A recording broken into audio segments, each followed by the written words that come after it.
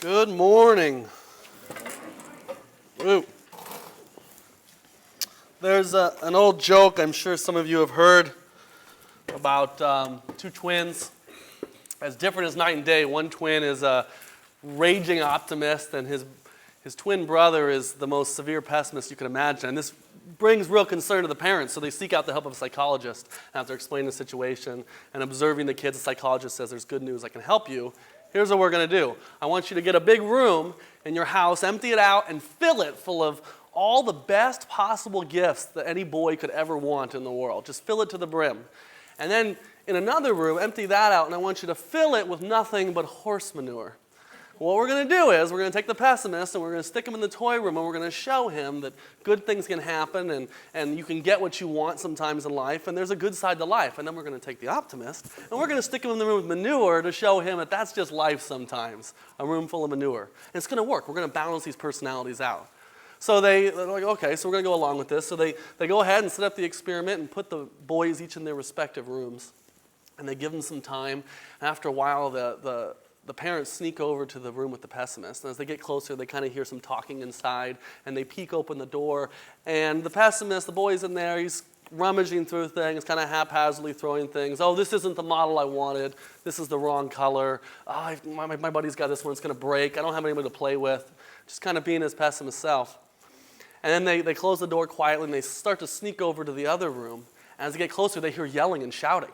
And they get really concerned, and so they run and they burst into the room, and the optimist, the boy, is rolling around and laughing and screaming and throwing manure up in the air, and he sees the parents burst in, and he points an accusatory finger at them and says, "You can't fool me with this much manure. There's got to be a horse somewhere."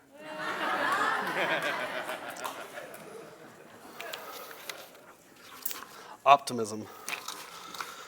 There's about 8 years ago, almost to the day, I was in a lecture hall in Alberta, Canada, listening to this man I'd never met talk about something called Christian worldviews. And he said he was going to make this bold statement, and it might offend some of us, but he was going to make it anyway in the off chance that his concern was real. And so in this big lecture hall of freshmen, college students, he announced very seriously, there's a serious epidemic in the church today. And it's a diagnosis that is never given, and it's a cure that's never given. And he says it's a sickness that I've been suffering from for 20 or 30 years. I'm just finally coming out of it myself. And I was listening to this recording of him 8 years ago. I was listening to it a month ago in the Denver International Airport, and it dawned on me that in the years past, leading up to my time here at Shepherd of the Hills, I have definitely suffered from this same sickness he shared with us. In Paul's first letter to the Corinthians, he says 3 things are going to abide forever: faith, hope, and love. And we hear a lot of sermons and a lot of teachings on faith, and we hear a lot of sermons and a lot of teachings on love, but I don't know how many sermons and teachings we hear about hope. This very practical application of faith and love, this idea of looking ahead. And I think he may be right that there's a vacuum in the church. There's an epidemic going on of hopelessness, and nobody's talking about it. There is a prevailing belief in Christianity, in Western Christianity, and I think it's correct, that we are called to glorify God and enjoy Him forever. Enjoy God forever. Not a phrase that gets me particularly excited. I think it's easy for us to conjure this idea of us standing around holding hands, this kind of kumbaya moment, singing hymns and praises for all eternity. That sounds terrible to me. But I think if we're having this kind of abstract idea about enjoying God, it may be indicative that we don't have an intimate relationship with God. That this projected enjoyment, this thing of the best I can think of is standing around singing, this may be indicative of a shallowness or something missing in our relationship with Him. And so we have to delineate, I think, between this abstract concept of hope, right, this kind of singing choirs of angels, and a living God who we are living out our tangible hope in every single day. I think these are 2 totally different things. And don't get me wrong, I think the joke and the story of the boys, I think it's clearly a compelling illustration of the power of positive thinking and the power of negative thinking. But I'm more interested, I would hope that we're more interested in truth than we are in feeling good sometimes. Christianity is not an empty hope. It's not an optimism with no basis. It's not an optimism with no substance to it. If we're created by God, for God, it should make sense, it should follow that we are going to find fulfillment in the pursuit of God in a very, very real way. And I think we really do need to be challenged if we can't testify as Christians to the evidence of that sort of quality of life. This should concern us for ourselves on a very personal level.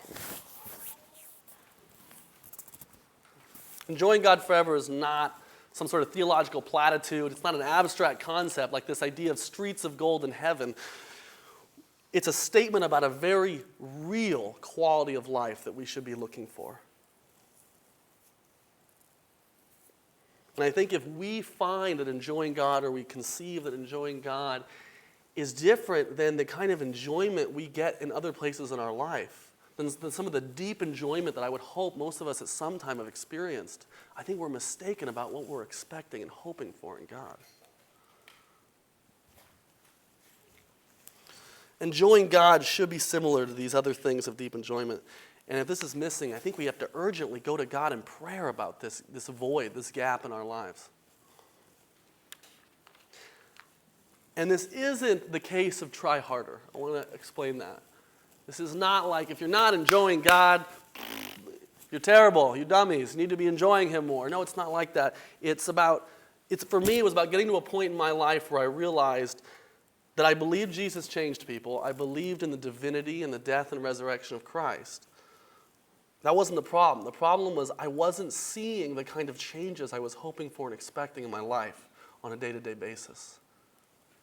The promises that I'd heard about, I wasn't seeing that happening. And as time passed by, instead of taking that lack of realization of my hope to God, I started to feed this secret lie inside of myself. It was a secret hopelessness. Like there was this big boat full of saved souls.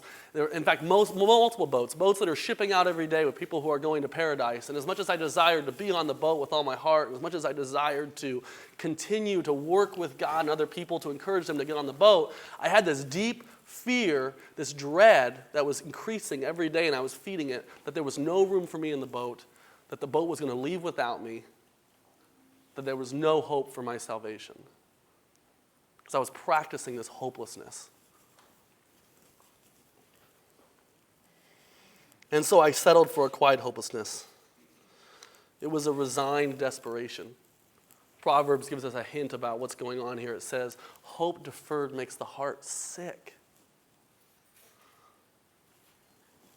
And the scary thing about hopelessness for me is, it's frightening enough, this lie that we can live in the face of Christ. But we begin to settle and compromise in our faith more and more as we practice this, as time goes by. And we lose the ability to tell the difference between this hollow hope, these little lies that we're using to get us through our day because we're just miserable, and a hope that's supposed to sustain us and transform us on a daily basis. If you're anything like me, maybe you can empathize with this idea of, I find myself once in a while, I slip out of grace, maybe more than once in a while, I slip out of grace and find myself using my relationship with God to work off my guilt, right? Using my relationship with God to brighten my day, to make myself feel better, as some sort of emotional boost maybe. I'm singing little ditties in my head, or I'm saying little prayers. And there's nothing wrong with these. It's when I start to use these things to make myself feel good or appease God instead of using my heart to worship Him. Because these are two very different things. This is despite the fact that Jesus says, He implores us to understand He requires mercy, not this day in, day out sacrifice.